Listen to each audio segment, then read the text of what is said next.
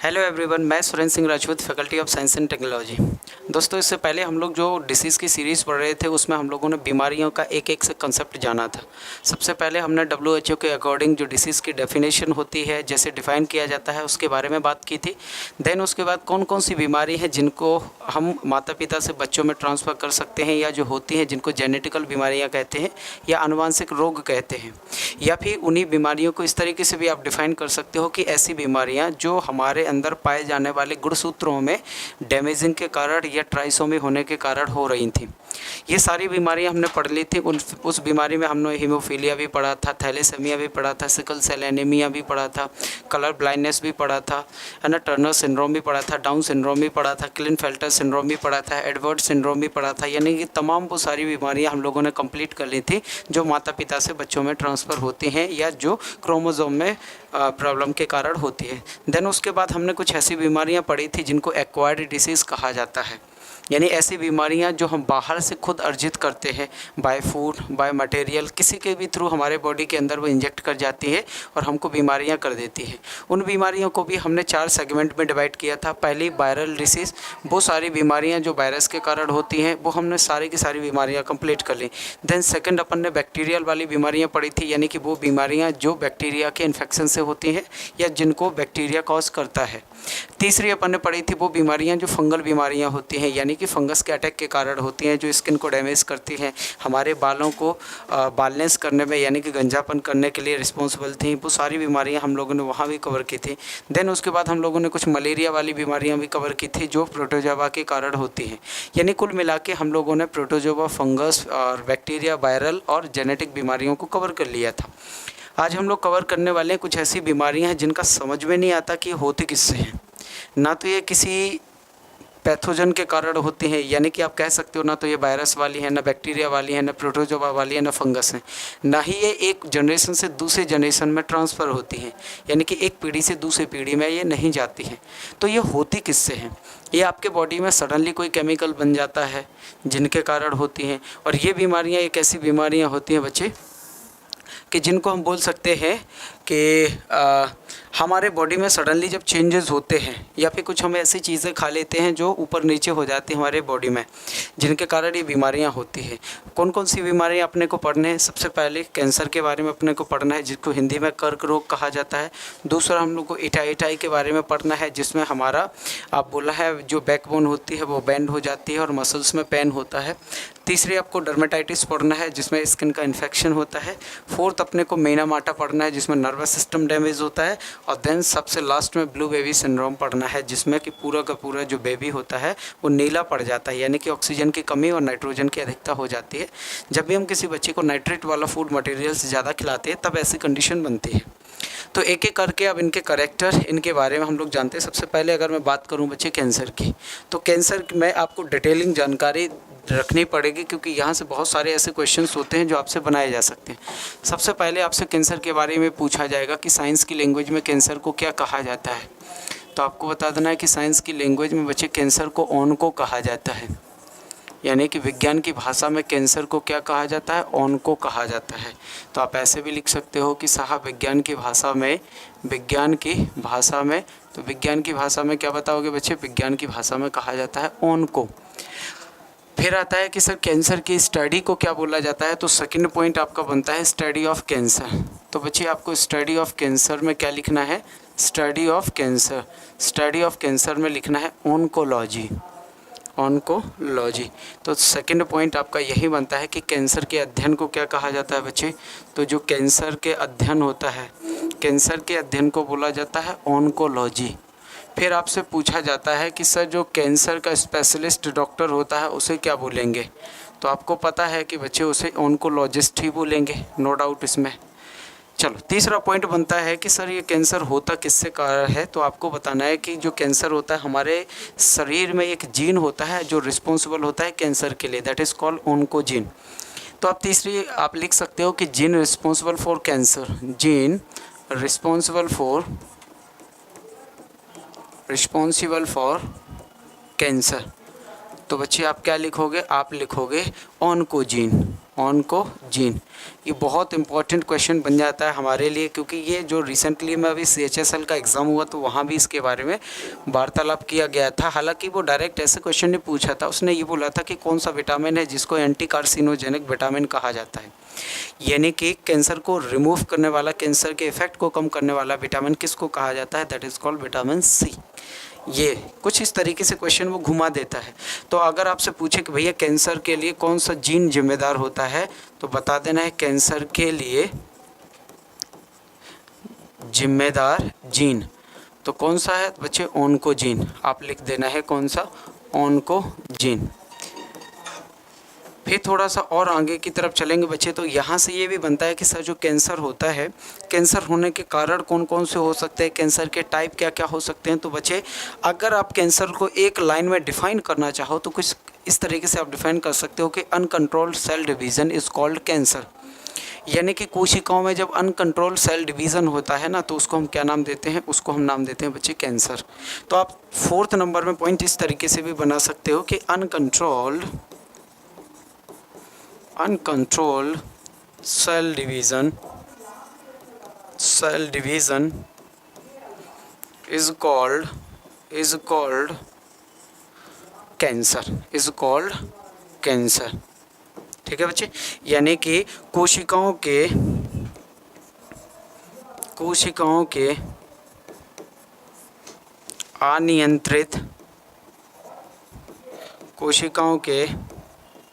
अनियंत्रित विभाजन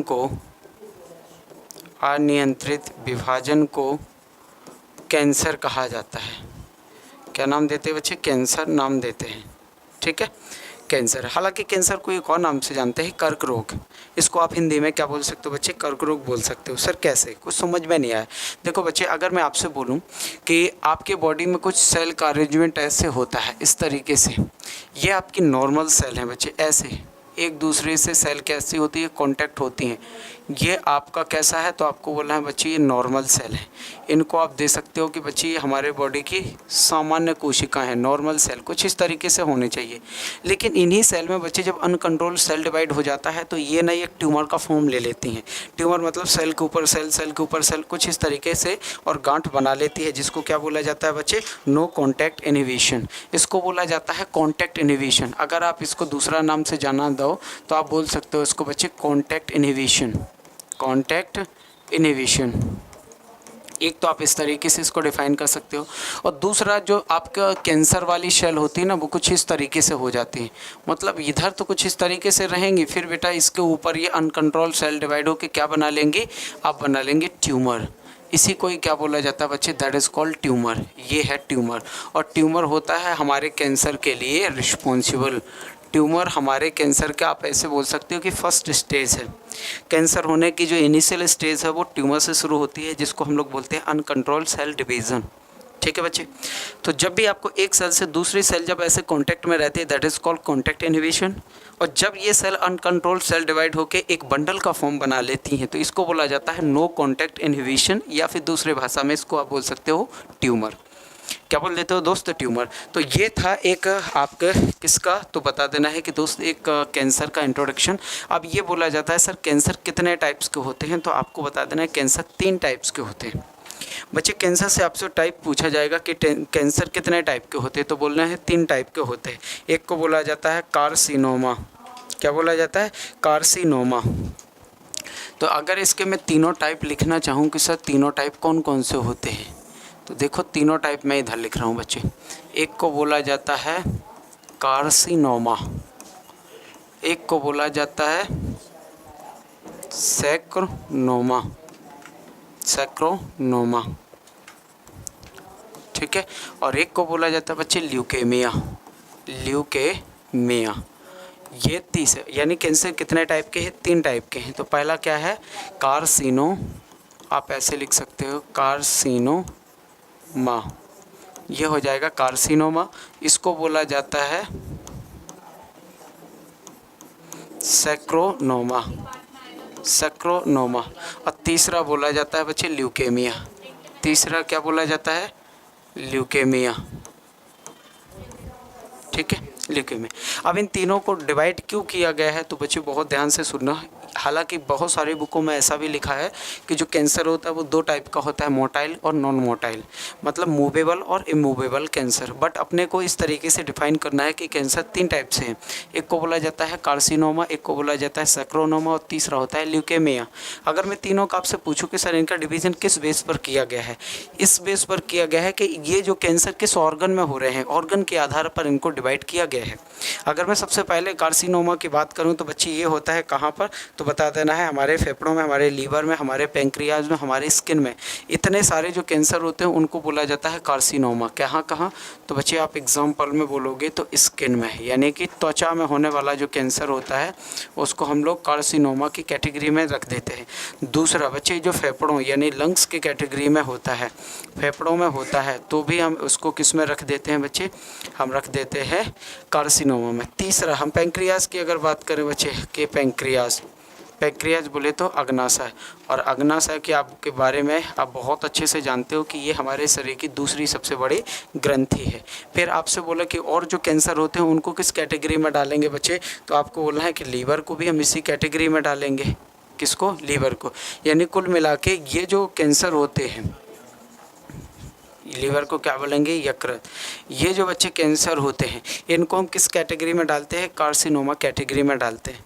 सैक्रोनोमा में क्या है, इस कैटेगरी में केवल आप वो कैंसर डालते हैं जो हड्डियों में होते हैं, जिसको बोला जाता है बोन कैंसर। हिंदी में क्या बोलेंगे बच्चे, अस्थि कैंसर। हिंदी में क्या बोलेंगे दोस्त, अस्थि कैंसर बोलेंगे। ठीक है। और ल्यूकेमिया क्या है, तो ल्यूकेमिया में याद करो जब मैं आपको ब्लड पढ़ा रहा था तब मैंने आपसे बोला था कि आपके बॉडी में जो WBC की क्वांटिटी होती है वो 8 से 10 हज़ार ही होनी चाहिए।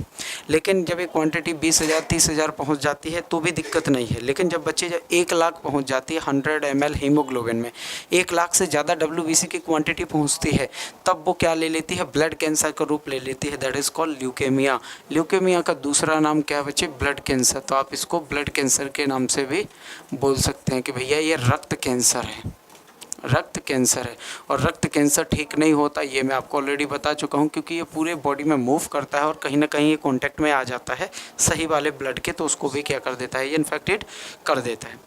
अब आगे आ जाता है कि सर ये जो ल्यूकेमिया है, ये ल्यूकेमिया को हम लोग ब्लड कैंसर बोल देते हैं। सर जो सैक्रोनोमा है इसको हम लोग बोलते हैं अस्थि कैंसर, या फिर जो कार्सिनोमा होता है भैया उसके अंदर त्वचा, फेफड़े, अग्नाशय और यकृत के आने वाले कैंसर होते हैं। क्लियर है बच्चे।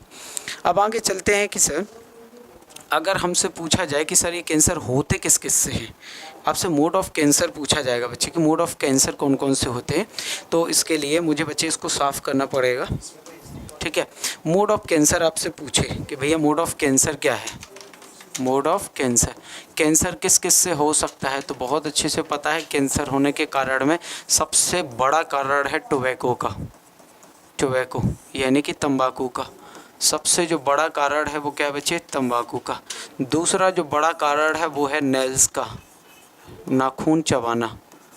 ठीक है। तीसरा जो बड़ा कारण है that is called UV rays, यानी कि अल्ट्रा वायलेट रेज से, है ना, पराबैंगनी किरणें, पराबैंगनी किरणें। ठीक है बच्चे, ये भी इसके लिए रिस्पॉन्सिबल होता है। फिर आता है नंबर 4 में आपसे बोला जाए तो 4th में बोला जाता है कि जो पेंट केमिकल आते हैं घरों में, जो पेंट करने के लिए आप यूज़ करने वाले जो केमिकल होते हैं वो भी किसके लिए रिस्पॉन्सिबल होते हैं, आपको बता देना है कि कैंसर के लिए रिस्पॉन्सिबल होते हैं पेंट रसायन। ये वो कुछ चीज़ें हैं जिनसे आपको क्या करना बच्चे, बच के रहना है। और कभी कभी तो ऐसा भी बोला जाता है कि बच्चे कुछ ऐसे अनकंट्रोल सेल डिवीज़न हो जाते हैं हमारे टिश्यूज़ में जहाँ पर ट्यूमर बना लेते हैं, वो भी एक कारण बन जाता है किसका, कैंसर का। ठीक है, वो किसका बन जाता है बच्चे, ट्यूमर का एक कारण बन जाता है। अब आगे आ जाते हैं कि सर टेस्ट का, ये कैंसर का पता लगाने के लिए कौन से टेस्ट किए जाते हैं, टेस्ट है ना। आपसे टेस्ट पूछा जाएगा कि बच्चे ये बताओ कि अगर कैंसर का हमको पता लगाना हो तो कौन कौन से टेस्ट कर सकते हैं। तो सबसे पहला जो टेस्ट है जिसको बायोप्सी कहा जाता है, पहला टेस्ट क्या होता है बच्चे, जिसको कहा जाता है बायोप्सी, बायोप्सी पहला टेस्ट होता है बायोप्सी। अब ये बायोप्सी में एक्चुअली में होता क्या है, तो देखना बहुत ध्यान से सुनो।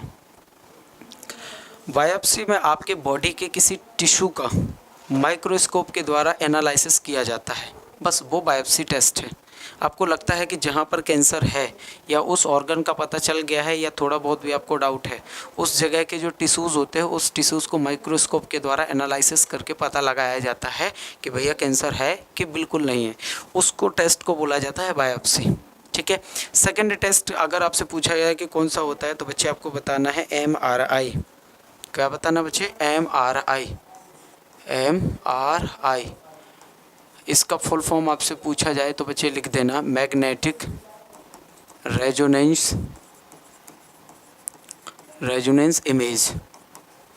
इमेज।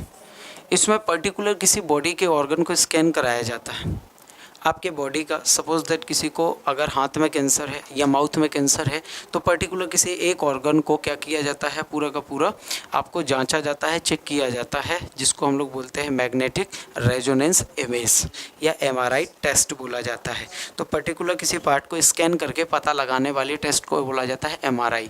अगर तीसरे टेस्ट की बात करें कि भैया तीसरा टेस्ट कौन सा हो सकता है, तो बच्चे तीसरा टेस्ट में आपको लिखना है जिसमें पूरे के पूरे बॉडी की क्या दिखाई जाती है, 3D स्कैन दिखाई जाता है, जिसको हम लोग CT स्कैन के नाम से जानते हैं।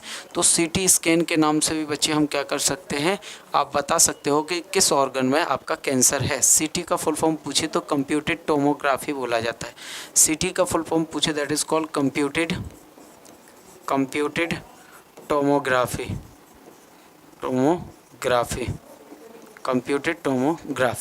ठीक है।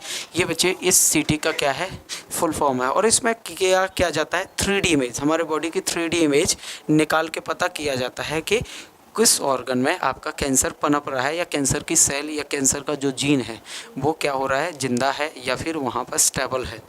कौन कौन से टेस्ट हैं? Biopsy test. बायोप्सी टेस्ट में किसी पर्टिकुलर ऑर्गन के टिश्यू को क्या किया जाता है, एनालिसिस करके पता लगाया जाता है माइक्रोस्कोप के द्वारा। MRI क्या है? तो MRI में किसी पर्टिकुलर बॉडी के किसी भी ऑर्गन को स्कैन करके पता लगाया जाता है कि कैंसर है कि नहीं। और CT स्कैन में पूरी बॉडी की 3D इमेज दिखाई जाती है।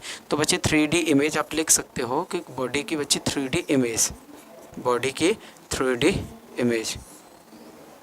क्लियर है?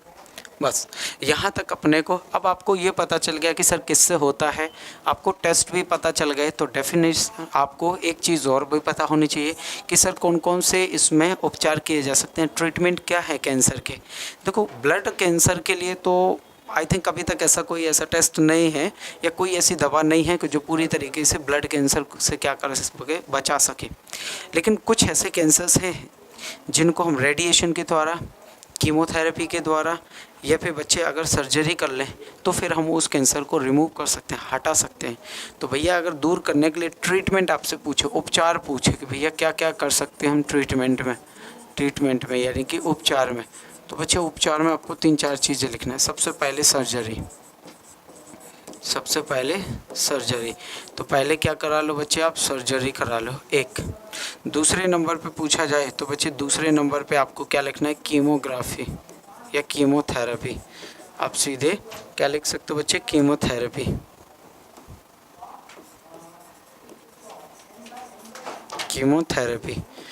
और तीसरे नंबर पे बच्चे आप लिख सकते हो रेडिएशन।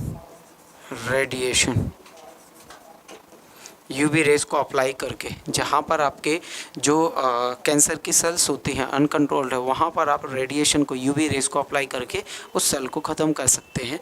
तो ये थे कैंसर के लिए कुछ क्या ट्रीटमेंट, टेस्ट और होने वाले फैक्टर या किन से वो कैंसर होता है वो फैक्टर। देन अगले अगर मैं चलें तो भैया अगले कौन सी बीमारी है दोस्त, अगली बीमारी है इचाई। देखो इचाई में एक्चुअली में आपको 2 चीज़ें ध्यान देना है कि ये होता किससे है, तो बता देना बच्चे कैडमियम के कारण। किसके कारण? कैडमियम। यानी कि बॉडी में किसकी मात्रा बढ़ जाए तो बच्चे बता देना है कैडमियम। हमारे शरीर में कैडमियम की अगर मात्रा बढ़ जाए,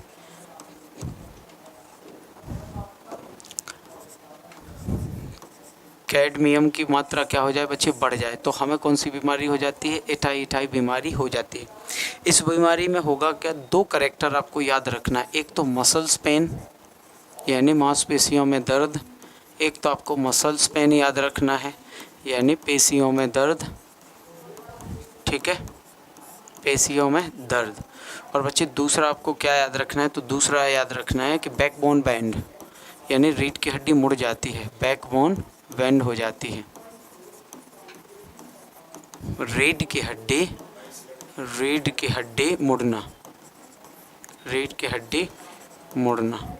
ठीक है बच्चे, अब देखो इधर आप देख पा रहे होगे कभी कभी इस तरीके से बो लेग हो जाते हैं, यानी कि दोनों जो हमारी थाई होती है, दोनों के थाई के बीच में भी गैप क्या हो जाता है बच्चे, ज़्यादा हो जाता है। तो ये हमारे एक इस करेक्टर होता है, हालांकि ये सीवियर इन्फेक्शन का करेक्टर है। कुछ इस तरीके से देखो, ये जो हमारी थाई होती है, थाई पर जो अनकंट्रोल्ड इस तरीके से जो टिश्यूज़ होते हैं वो भी आ जाते हैं, जिससे मसल्स पेन बढ़ जाता है। कभी कभी ये बो लेग जैसी कंडीशन बन जाती है, यानी धनुषाकार पाँव जैसी कंडीशन बन जाती है। और तीसरी जो आपका दिख रहा है कि बैकबोन क्या हो चुकी है बच्चे, बेंड हो चुकी है। ये करेक्टर आपके शो हो सकते हैं कब, जब आप कैडमियम ज़्यादा ले लेते हो खाने के रूप में या किसी भी चीज़ के फॉर्म में। आपके बॉडी में यदि कैडमियम की मात्रा बढ़ गई तो फिर ये बीमारी होना जायज़ है। अगला अगर आपसे पूछा जाए कि अगली बीमारी कौन सी है, तो बच्चे अगली बीमारी कौन सी है, अगली बीमारी है डर्मेटाइटिस। देखो डर्मेटाइटिस आपकी होती किससे है बच्चे, अगर आप ध्यान से देखा जाए तो ये विटामिन B3 से भी होती है डर्मेटाइटिस, जिसको पेलिग्रा बोला जाता है। पेलिग्रा का 4D सिंड्रोम भी कहा जाता है, जिसमें पहला क्या था, तो पहला भैया आपको बताना है कि डर्मेटाइटिस था, डायमेंशिया था, डायरिया था और फिर डेथ था। लेकिन अगर मैं यहाँ डायरेक्टली बात करूँ कि सर ये डर्मेटाइटिस का मतलब होता है कि हमारी स्किन पर इन्फेक्शन, देखो पूरी त्वचा पर बच्चे इन्फेक्शन आ गया, पूरी त्वचा पर। जैसे आपने वो देखा था ना स्कैबीज का इन्फेक्शन, स्कैबीज का इन्फेक्शन यानी जो दाद खाज होती है, इसका इन्फेक्शन देखा था ना, सेम इसी तरीके के, बस उसमें पैचेस बनते, इसमें पैचेस नहीं बनते, कुछ इस तरीके से पाँव सड़ जाते हैं। तो अगर आपसे पूछे कि सर ये किससे होता है, देन आपको बताना है कि ये जब हम ज़्यादा क्या खा लेते हैं बच्चे, निकल खा लेते हैं, यानी चॉकलेट्स वगैरह खाते हैं ना हम, जब जो लोकल चॉकलेट्स वगैरह खाते हैं, इस चॉकलेट्स में बच्चे कुछ हद तक क्या होता है, तो आपको बता देना है निकल। और ये निकल जब आप खाते हो, निकल मेटल जब आप निकल खाते हो बच्चे, तो इस तरीके की बीमारी हो जाती है। इसमें अफेक्टेड ऑर्गन पूछा जाता है कि डर्मेटाइटिस में कौन सा ऑर्गन होता है जो प्रभावित हो जाता है। तो बच्चे अगर आपसे अफेक्टेड ऑर्गन पूछे कि आपसे अफेक्टेड ऑर्गन हिंदी में क्या बोला जाता है, प्रभावित अंग, प्रभावित अंग। तो प्रभावित अंग में आपको लिखना है स्किन, प्रभावित अंग में क्या लिखना है बच्चे, आपको बोलना है त्वचा। प्रभावित अंग में बच्चे आप त्वचा लिखना, और त्वचा में कुछ इस तरीके के पैसेज बन जाते हैं, पूरी त्वचा में आप देख रहे हो सड़ सी गई है इस तरीके से वाइट स्पॉट के फॉर्म में। अब अगली बीमारी की तरफ चलते हैं बच्चे। अगली बीमारी कौन सी है, मीनामाटा। कौन सी है दोस्त, मीनामाटा होती है। मीनामाटा किसके कारण होती है, तो बोलना जब आपके बॉडी में मरकरी का परसेंटेज बढ़ जाता है, यानी कि आपके शरीर में जब मरकरी यानी पारा बढ़ जाता है, तो आप लिख सकते हो जब हमारे बॉडी में मरकरी, मरकरी जिसको हम लोग किससे डिनोट करते हैं, Hg से, यानी कि पारा। और जब ये पारा हमारे बॉडी में बढ़ जाता है तब इस तरीके की बीमारी होती है, यानी जो मीनामाटा होती है। बस आपको यहाँ से ये याद रखना है। अफेक्टेड ऑर्गन या सिस्टम पूछे कि सर अफेक्टेड ऑर्गन या सिस्टम क्या है बच्चे, तो अफेक्टेड ऑर्गन या सिस्टम, प्रभावित अंग या तंत्र। तो बच्चे अगर प्रभावित अंग पूछे, प्रभावित अंग या तंत्र, तो बच्चे आपको लिख देना नर्वस सिस्टम। क्या लिखना है, nervous system, nervous system. Hindi में क्या बोलोगे, आपको बोलना है तंत्रिका तंत्र, तंत्रिका तंत्र, आपको इस तरीके से लिख देना है। अब इसमें होगा क्या, इसमें आपका जो मेमोरी होती है वो लॉस हो जाती है, यानी कि आपके अंदर आप इस तरीके से भी डिफाइन कर सकते हो कि मेंटली इल, दिमागी रूप से वो बीमार हो जाता है। कन्फ्यूज़न, डिप्रेशन, सोचने समझने की क्षमता, डिसीजन टेकिंग कैपेसिटी, वो सारी चीज़ें क्या हो जाती है, ख़त्म हो जाती हैं। या आप इस तरीके से भी बोल सकते हो कि जो मेडुला ऑब्लिंगाटा पोन्स बैरोलाई होता है वो काम करना बंद कर देता है। तो आप इस तरीके से भी इसको डिफाइन कर सकते हो। हालांकि मेन मुद्दे बात है कि ये किसके कारण होती है, ये आपको याद रखना है, मरकरी। अगली जो बीमारी है, अगली बीमारी होती है बच्चे ब्लू बेबी सिंड्रोम। देखो ये बीमारी क्या है एक्चुअली में, जब अपन किसी बच्चे को, छोटे जो बेबी होते हैं स्पेशली ये बीमारी बेबियों में होती है, छोटे बच्चों में, एक बात। दूसरा, इस बीमारी में होता क्या है, आप नाइट्रोजन वाला खाना ज़्यादा खिलाते हैं बच्चों को, यानी कि अगर बच्चों के अंदर नाइट्रेट की मात्रा ज़्यादा हो जाए तो होगा क्या, बच्चे के अंदर ऑक्सीजन की मात्रा घट जाएगी। सर समझ में नहीं आया कुछ खेल, देखो मेरी बात सुनो। जब आप किसी बेबी को आप ऐसी चीज़ें खिलाते हो जिसमें नाइट्रोजन या नाइट्रेट अधिक होता है, तो वो नाइट्रोजन आपके ब्लड में जाके, आपके मतलब उस बेबी के ब्लड में जाके उस ब्लड के हीमोग्लोबिन को रिप्लेस कर देता है। तो हीमोग्लोबिन की जगह कौन जाके बैठ जाता है? नाइट्रेट। तो हीमोग्लोबिन क्या कर रहा था? ऑक्सीजन का आदान प्रदान कर रहा था। तो ऑक्सीजन की कमी हो जाएगी क्योंकि हीमोग्लोबिन वहाँ से हट गया है, तो ऑक्सीजन की कमी हो जाएगी और वो हीमोग्लोबिन की जगह कौन बैठ गया? नाइट्रोजन। और नाइट्रोजन कैसा कलर कर देता है बच्चे को? नीला। यानी बच्चा कैसा पड़ जाता है? बच्चे बता देना है कि ये जो बच्चा होता है नीला पड़ जाता है, ब्लू पड़ जाता है, जिसके कारण ये समस्याएं हो सकती हैं। और कभी कभी तो ऐसा बनता है इन सीवियर इन्फेक्शन में बच्चे की डेथ भी हो जाती है। इस बात को आपको ध्यान रखना है। ये थी कुछ वो बीमारियां जिनको पता नहीं चलता। हालांकि अब आपकी कुछ ऐसी बीमारियां भी होती हैं जिनको केवल हम कंट्रोल कर सकते हैं, इनको हम जड़ से ख़त्म नहीं कर सकते। जैसे एक तो हो गई डायबिटीज़, और एक कौन सी होगी बच्चे? तो आपको बोलना है कि एलर्जी। तो आ जाओ, मैं डायबिटीज़ और एलर्जी के बारे में और थोड़ा सा तुमको बता दूं कि ये डायबिटीज़ और एलर्जी से क्वेश्चन कैसे बना सकता है। बच्चे आपको अगर आपसे पूछे कि सर ये एलर्जी कैसे बनती है हमारे बॉडी में, एलर्जी अगली बीमारी है। हालांकि ये समझ में नहीं आती है किससे होती है, इसको केवल कंट्रोल कर सकते हैं, जड़ से ख़त्म नहीं कर सकते। एलर्जी का मतलब है कि जब भी आप ऐसी चीज़ें बाहर जब जाते हो तो बिना फेस कवर किए जब जाते हो तो आपके अंदर धूल चली जाती है। तो जैसे ही धूल जाती है तो आपके अंदर एक केमिकल बनना शुरू होता है, हिस्टामाइन। हिस्टामाइन केमिकल बनना शुरू होता है, और बॉडी में जितना ज़्यादा हिस्टामाइन केमिकल बनेगा उतनी ज़्यादा एलर्जी बढ़ेगी। कौन सा केमिकल? हिस्टामाइन। जितना ज़्यादा हिस्टामाइन केमिकल आपके शरीर में बनेगा उतनी ज़्यादा आपको एलर्जी बढ़ेगी।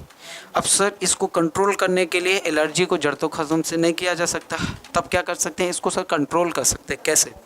अगर आपको एलर्जी को कंट्रोल करना है तो हिस्टामाइन को घटाना पड़ेगा, और हिस्टामाइन को घटाना पड़ेगा तो हमें WBC को बढ़ाना पड़ेगा। यानी हिस्टामाइन बच्चे तभी कम होगा जब WBC बढ़ेंगे।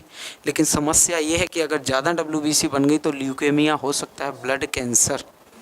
इसलिए बोला जाता है कि WBC को कितनी क्वांटिटी तक बढ़ाओ कि एलर्जी कंट्रोल हो जाए, जड़ से ख़त्म नहीं कर सकते इसको। तो ये बात आपको ध्यान रखना है कि एलर्जी किससे होती है? हिस्टामाइन केमिकल के बढ़ने से। हम हिस्टामाइन केमिकल को घटा देंगे, कब घटेगा? जब WBC बढ़ेगी, तो ये एलर्जी कंट्रोल हो जाएगी। अगली बीमारी कौन सी है? तो बच्चे आपको बताना है डायबिटीज़। कौन सी होती है? डायबिटीज़, यानी कि जिसको हम लोग बोलते हैं शुगर के नाम से या शर्करा के नाम से, है ना। इसको हालांकि हिंदी में इसका परफेक्ट वर्ड मधुमेह है, मधुमेह।